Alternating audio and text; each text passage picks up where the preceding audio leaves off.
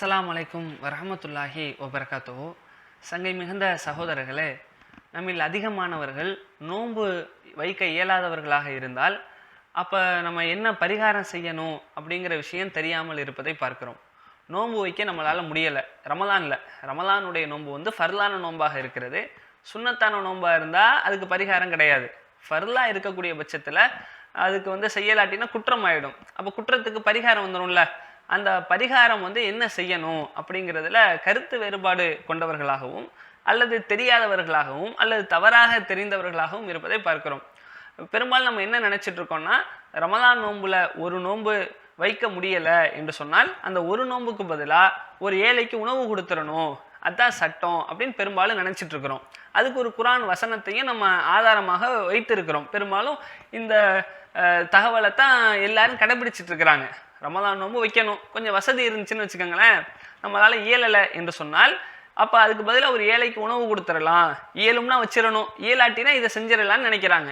ஆனால் விஷயம் என்னென்னா, அல்லாஹ் ரப்புல் ஆலமீன் திருமறை குரானை பொறுத்த வரைக்கும் ஒரே நாளில் இறக்கலை.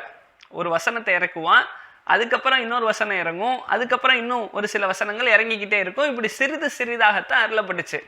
அப்போ திருமறை குரானில் ரமலான் சம்பந்தமாக நோன்பு சம்பந்தமாக இறக்கப்பட்ட வசனங்களில் எடுத்து பார்த்தால் ஒரு சில வசனங்கள் ஆரம்பத்தில் இறங்கியிருக்கும், அதுக்கப்புறம் சில வசனங்கள் பிற்காலத்தில் இறங்கியிருக்கும்.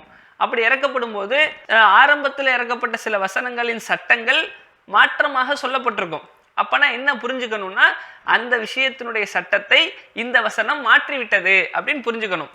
அந்த அடிப்படையை மனசில் வச்சுக்கிட்டு இந்த செய்திக்குள்ளே நம்ம போகலாம். சூரத்துல் பக்கரால 185 மற்றும் 186 வசனத்தை நீங்கள் எடுத்து பார்ப்பீர்களே ஆனால், 183, 4, 5 இந்த வசனத்தை எடுத்து பார்ப்பீர்களே ஆனால் அல்லாஹு தாலா குறிப்பிடுகிறான், ஈமான் கொண்ட மக்களே உங்களுக்கு நோன்பு கடமையாயிடுச்சு அப்படின்னு சொல்லிட்டு, உங்களுக்கு நோன்பு கடமையாயிடுச்சு, அதுவும் ஐயாமம் மாதுதாத், அந்த ரமலான் என்ற குறிப்பிட்ட நாட்களில் நீங்கள் ஃபர்லா செய்யணும் என்று சொல்லிட்டு, ஃபமன்கான மின்கும் மரீலன் அவ் அலா சஃபரின், உங்களில் நோயாளியாகவோ அல்லது பயணியாகவோ இருந்தால் ஃபஇத்தத்து மின் ஐயாமின் உஹர், வேற நாட்களும் நோன்பு வச்சுக்கோங்க, அதுக்கு வந்து மார்க்கத்தில் சலுகை இருக்கிறது என்று சொல்லிட்டு அல்லாஹ் குறிப்பிடுகிறான், அலல்லதீன யுதீகூனஹு ஃபிதியத்து துஆமு மிஸ்கீன், ஃபிதியத்துன் துஆமு மிஸ்கீன், வேறு யாருக்கு சக்தி இருக்கிறதோ அவர்கள் ஒரு ஏழைக்கு உணவளிக்கணும் என்று குறிப்பிடுகிறான். அதாவது நோன்பு வைக்கிற சக்தி உள்ளவங்க நோன்பு வைங்கன்னு ஆரம்பத்தில் வந்துருச்சு, உங்களுக்கு நோன்பு கடமைன்னு. அதுக்கப்புறம் நோன்பு வைக்க சக்தி இருக்கிறவங்க ஒரு ஏழைக்கு உணவு கொடுக்கன்னு சொல்கிறான். அப்போ அல்லாஹ் ரப்புல் ஆலமீன் சக்தி இருக்கிறவங்க நோன்பு வைக்கணும்னு சொல்கிறான், சக்தி இருக்கிறவங்க ஏழைக்கு உணவு கொடுங்க என்று சொல்லுகிறான். இந்த வசனத்தை தான் சில பேர் மொழிபெயர்க்கும் போது என்ன பண்ணிடுறாங்கன்னா, தவறாக மொழிபெயர்த்துறாங்க. அல்லாஹ் எப்படி சக்தி உள்ளவங்களுக்கு எப்படி நோன்பு வைக்க சொல்லுவான், ஏழைகளுக்கு உணவு கொடுக்க சொல்லுவான், இது சக்தி இல்லாதவங்களை பற்றி பேசுது. அல்லதீன யுதீகுனஹு என்றால் சக்தி இல்லாதவங்க ஏழைக்கு உணவு கொடுங்கன்னு அர்த்தம், சக்தி உள்ளவங்க ஏழைக்கு உணவு கொடுங்கன்னு அர்த்தம் இல்லை என்று மொழிபெயர்த்திருப்பாங்க. ஆனால் அது தவறான மொழிபெயர்ப்பு. அதில் வந்து லா என்ற வார்த்தை இல்லை. லா யுதீகுனஹுன்னு இருந்தால் தான் சக்தி இல்லாதவர்கள் ஏழைக்கு உணவு கொடுக்கணும்னு மொழிபெயர்க்கணும். குரானில் அப்படி இருக்கா? அலல்லதீன யுதீகுனஹு என்று தான் இருக்கிறது. அப்போ அல்லாஹ் அப்படித்தான் சொல்லி இருக்கிறான், யாருக்கு நோன்பு வைக்க இயலும் என்று இருக்கிறதோ அவங்க நோன்பு வைங்க, இயலும் என்று இருந்தால் நோன்பை விட்டுட்டு ஒரு ஏழைக்கு உணவும் கொடுக்கலாம் என்று அல்லாஹ் குறிப்பிடுகிறான். ஆனால் முதல்ல சொன்ன மாதிரி இது ஆரம்பத்து சட்டம். ஒரு வசனம் இறங்குதுன்னு சொன்னால் நோன்பு கடமை ஆரம்பத்தில் அல்லாஹ் சொல்லிடுவான். அதுக்கப்புறம் அந்த ரப்புல் ஆலமீன் வந்து அந்த சட்டத்தில் சில விஷயங்களை தவிர்த்துருவான். அந்த மாதிரி வந்து அல்லாஹ் அடுத்த வசனமாக இதை எடுத்து பார்த்தோமே ஆனால் அடுத்த வசனத்தில் அது மாறி இருக்கும். ஷஹ்ரு ரமலான் அல்லதி உன்சில ஃபீஹில் குர்ஆன், இந்த ரமலான் மாதத்தில் நம்ம குர்ஆனை இறக்கினோம், அந்த மாதத்தில் நீங்கள் நோன்பு வைங்க என்று சொல்லிவிட்டு, ஃபமன் ஷஹித மின்கும் ஷஹ்ர ஃபல் யசும்ஹு, யார் அந்த மாதத்தை அடைகிறார்களோ அவர்கள் நோன்பு வைத்து தான் ஆக வேண்டும், சலுகை கிடையாது. இந்த ஃபிதியத்துன் துஆமு மிஸ்கின் இருக்குல்ல, ஏழைக்கு உணவு கொடுங்கன்னு சக்தி உள்ளவங்க எல்லாரும் சக்தி இருந்தால் அனைவரும் நோன்பு வச்சு தான் ஆகணும். அப்போ முன்னாடி இருந்த அந்த ஏழைக்கு உணவு கொடுங்கள் என்ற சட்டம் எதுக்குன்னு சொன்னால், ஆரம்பத்தில் மதீனாவில் நோன்பு முதல்ல கடமையாக்கப்படும் போது நோன்பு வைக்க விருப்பம் உள்ளவங்க இருப்பாங்க, நோன்பு வைக்க முடியாதவங்க இருப்பாங்க.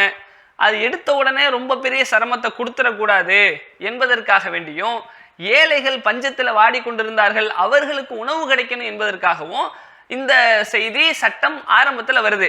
நோன்பு வைக்க முடிஞ்சா வைங்க, உங்களுக்கு வசதி இருந்துச்சுன்னா நோன்பு வைக்கிறத விட்டுட்டு ஒரு ஏழைக்கு உணவு கொடுத்துருங்க, அதுக்கு இது டேலி ஆயிடும் என்று சொல்லி அல்லாஹ் வசனத்தை இறக்கிட்டான். அதுக்கப்புறம் அந்த நிலைமையெல்லாம் ஓரளவு சரியானதுக்கு பின்னாடி நோன்புக்கு பழகிட்டாங்கல்ல, அதுக்கப்புறம் அல்லாஹ் ரப்புல் ஆலமீன் நீங்க நோன்பு வச்சுதான் ஆகணும், கண்டிப்பாக இந்த ஏழைக்கு உணவு கொடுத்தல் என்பது இப்ப இல்லை என்று குறிப்பிட்டு விட்டான். அப்ப நாம நோன்பு வைக்க இயலவில்லை என்று சொன்னால் நமக்கு என்ன பரிகாரம்? நமக்கு எந்த பரிகாரமும் இல்லை. ஏன் இல்லை என்றால் இந்த வசனம் நோன்பு வைக்க இயலாதவர்களை பற்றி பேசவில்லை, நோன்பு வைக்க இயலக்கூடியவர்களுக்கு உண்டான பரிகாரத்தை பற்றி பேசுகிறது. அப்ப இயலவில்லை என்றால் என்ன பரிகாரம் குரான்ல எங்க இருக்குது என்றால், குரான்ல சத்தியத்துக்கு பரிகாரம் இருக்கு. சத்தியத்தை முறிச்சுட்டா, நேர்ச்சையை முறிச்சுட்டா, நோன்பு முறிச்சா கூட பரிகாரம் இருக்கிறது. ஆனால் நோன்பு வைக்க இயலாமல் இருந்தால், நோன்பு விட்டுட்டோம்னு சொன்னா அதுக்கு பரிகாரம் இருக்கானா இல்லை. அப்ப நல்ல பரிகாரமே இல்லைன்னா எப்படி புரிஞ்சுக்கணும் ஒரு விஷயத்த? குரான்ல பொதுவான சில அடிப்படைகள் இருக்கும். இப்ப எடுத்துக்காட்டுக்கு அல்லாஹ் ரப்புல் ஆலமீன் குறிப்பிடும் போது, மார்க்கத்தில் எந்த விஷயமா இருந்தாலும் லா யுகல்லிஃபுல்லாஹு நஃப்ஸன் இல்லா உஸாஹா, சக்திக்கு உட்பட்டே தவிர அது கடமை இல்லை. அப்ப சக்திக்கு உட்பட்டு தான் மார்க்க கடமைகள் அத்தனையுமே. ஒரு ஆள் நோன்பு வைக்க இயலல, அவருக்கு மார்க்க கடமையே இல்லை.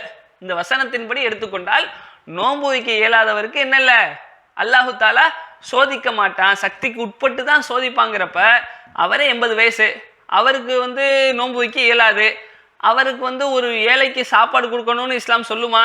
குரான் வசனத்தில் அப்படி இல்லை. அப்ப நோன்பு வைக்க இயலவில்லை என்று சொன்னால் அவர் அதற்கு பரிகாரமே செய்ய தேவையில்லை. ஏன் பரிகாரம் செய்ய தேவையில்லை அப்படின்னு நீங்க கேட்கலாம். நோன்பு வைக்க இயலாதவருக்கு நோன்பு கடமை இல்லை.